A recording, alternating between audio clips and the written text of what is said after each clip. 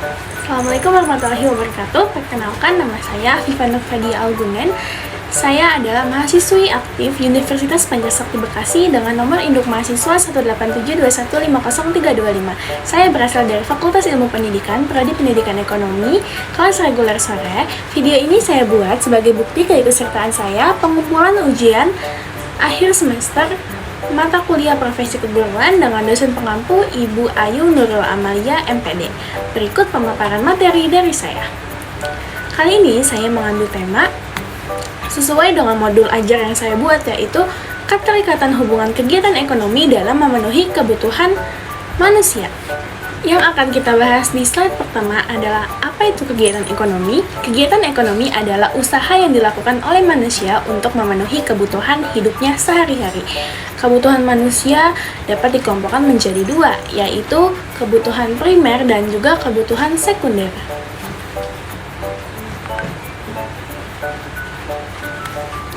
Jadi, apa itu kebutuhan sekunder dan kebutuhan primer? Yang pertama kita bahas yaitu kebutuhan primer. Kebutuhan primer adalah kebutuhan yang harus dipenuhi agar manusia dapat bertahan hidup. Yang mana kebutuhan ini adalah wajib, kebutuhan pemenuhan yang manusia ini bergantung pada kebutuhan primer. Contohnya itu seperti makanan, minuman, pakaian, dan tempat tinggal. Yang kedua ada kebutuhan sekunder. Jadi kebutuhan sekunder adalah kebutuhan yang tidak harus dipenuhi, kebutuhan yang tetapi akan meningkatkan kesejahteraan hidup. Contohnya itu seperti kebutuhan kesehatan, pendidikan, dan juga transport. Nah, lanjut di sini ada jenis-jenis kegiatan ekonomi. Jadi jenis-jenis kegiatan ekonomi terbagi menjadi 3. Yang pertama ada proses produksi, konsumsi, dan juga distribusi. Nah, untuk produksi ini adalah proses menghasilkan suatu barang atau jasa dengan memanfaatkan sumber daya yang tersedia seperti tenaga kerja, bahan baku, dan juga modal.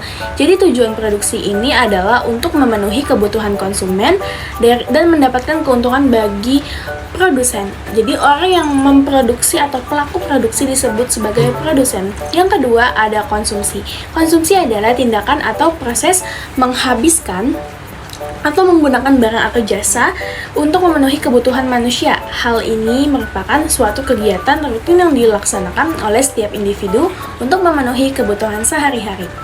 Orang yang terlibat dalam konsumsi adalah disebut konsumen. Lalu selanjutnya ada distribusi. Distribusi adalah suatu proses penyebaran barang atau jasa dari produsen ke konsumen melalui saluran distribusi tertentu. Orang yang terlibat dalam distribusi disebut distributor. Lalu di sini ada pelaku-pelaku ekonomi. Yang pertama adalah rumah tangga konsumen atau RTK.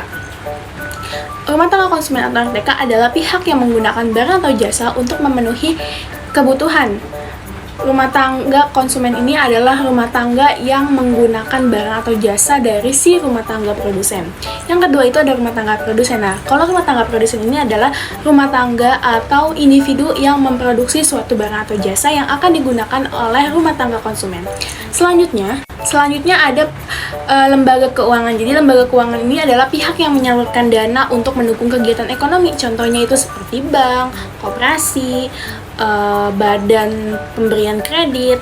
Itu merupakan pihak-pihak yang terlibat dalam memberikan dana untuk terlangsungnya kegiatan produksi. Yang keempat itu ada pemerintah. Nah, pemerintah ini adalah pihak yang mengatur kegiatan ekonomi di suatu negara.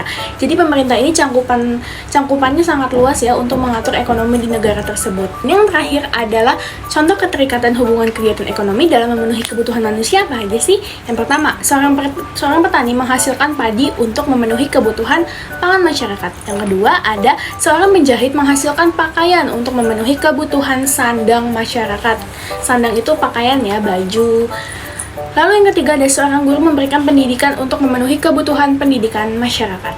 Mungkin cukup selesai sudah pemaparan materi dari saya.